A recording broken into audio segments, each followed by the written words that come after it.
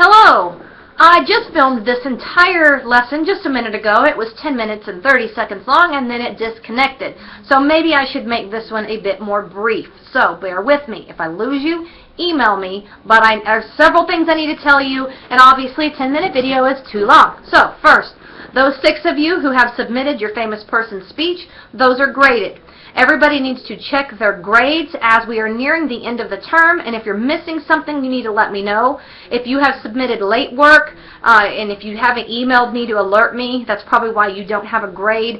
Last time I checked, everything was graded, but you still need to go back and check, and if you haven't, let me know. If you submit anything late, you need to let me know, and I'll go in there and get that graded. So post your grade for your discussion. I will get that posted probably Monday or Tuesday, because Fridays I leave early. I don't have much office time on Friday, so your grade for your discussion will be Monday or Tuesday.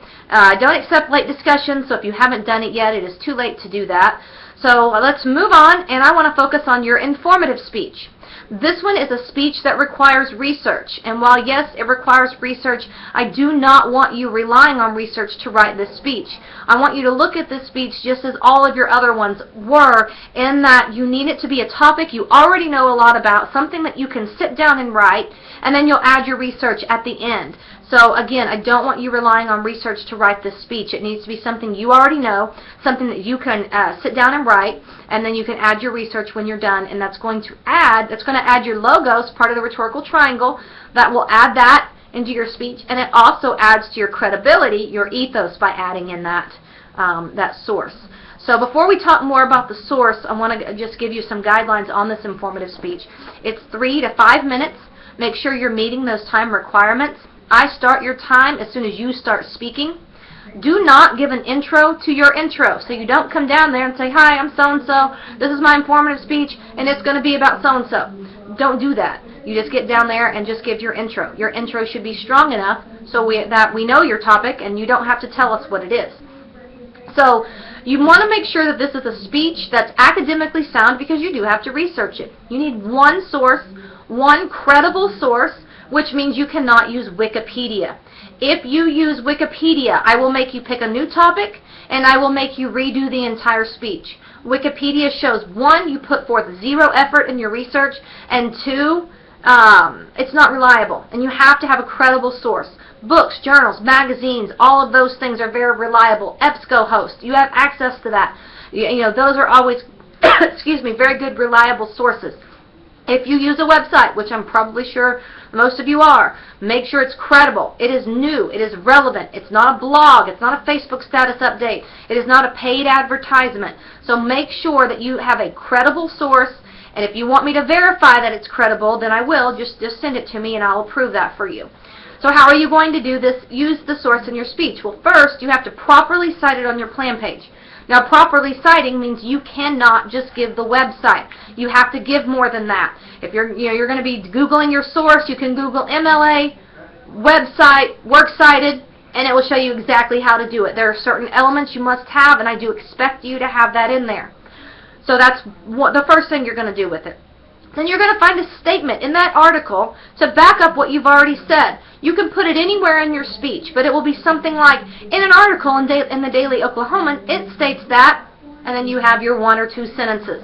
That's it for the requirements of this.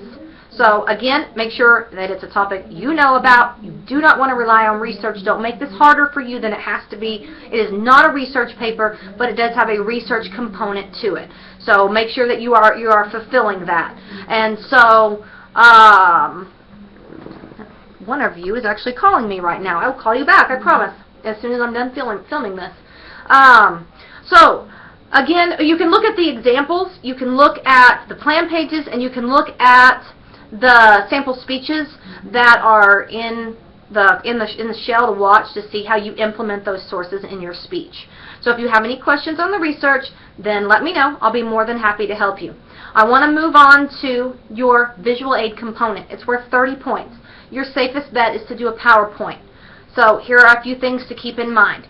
You are not to use your PowerPoint as a big note card. You do not want a lot of text on it. You want a balance of font, and you want a balance of pictures on it. You need to make sure they're big enough to be seen. You don't want to use color combinations such as black and blue and red, and black and red and blue and black, because I won't see it. So you need to make sure they're highly contrasting colors. A few pictures, bullet out some captions, bullet out a few things, put a chart in there or something, and have that in a PowerPoint. Make sure you add a background. And it's very simple with a click of a button. Even if you've never used a PowerPoint before, it's very easy, and play around with it for a little bit, and I guarantee you it's going to be a lot easier than you think. You want to have about 6 to 8 slides. That can include an introduction and a closing slide. And I'll be looking for how you use it in your speech. You have to use it in your speech. You can't just make up a PowerPoint and then send it to me via email. You have to use it in your speech. So you'll notice on the sample speeches that are posted that they are projecting it onto a wall with a projector. Now if you have that, great. If not, don't panic. Now just have it on a laptop or a computer next to you and show it that way. You can have the camera person kind of zoom in and out to show me those slides on it. And so, make sure you're playing it from the beginning. And so you'll see, you can click slideshow, and then it'll be from beginning, so it takes up the whole screen. And so, if you want me to look at it before you give it, I would highly suggest that. You can shoot it to me in an email, and I'll give you feedback telling you, what I would take off for, and then you don't have to worry about that in your speech. And so you'll just use it in your speech, and you'll click through it, make sure you practice with it. But if you have a projector, great. If not, please don't go to all that trouble when a laptop or a computer will work just fine. You still have to be standing up with it, so make sure you're still standing up with it and have that interaction with it. But those are the requirements for the visual aid. I grade on effort, meaning that in effort, transition, and can I see it? Is it easily seen? Have you done well with the presentation of the PowerPoint, with the aesthetics of it? But the visual aid must serve a purpose. So just saying, I'm going to do my speech over my phone, and here's a phone, does absolutely nothing for your speech. So it has to enhance your speech. So that's why your visual aid, your best bet is going to be a PowerPoint. It would be a very good idea to get your topic approved and to run the PowerPoint by me. One of you have already gotten your topic for your persuasive speech already approved, and I highly commend that. You do have to get topics approved from here on out for this speech and the next one. So make sure that you shoot that to me in an email, and I'll approve it, yes or no. When the persuasive speech comes up, I'll give another lesson, so please don't start working on that just yet. So again, it is highly important that you get your topics approved for both of these last 2 speeches. We only have 2 left. So, quick recap: informative speech, academically sound source. You must be credible to give the speech. Do not rely on research to write it. 3 to 5 minutes, 1 source. Attribute that source in your speech. According to an article in the New York Times, it states that, and then you have your quote. PowerPoint, visual aid, 6 to 8 slides. Keep it simple. Make sure you add a background. Make sure I can see it and it's not too jumbled. And if you have any questions, let me know. I really hope to hear from a lot of you very soon. Have a good day and a good weekend if I don't talk to you until Monday.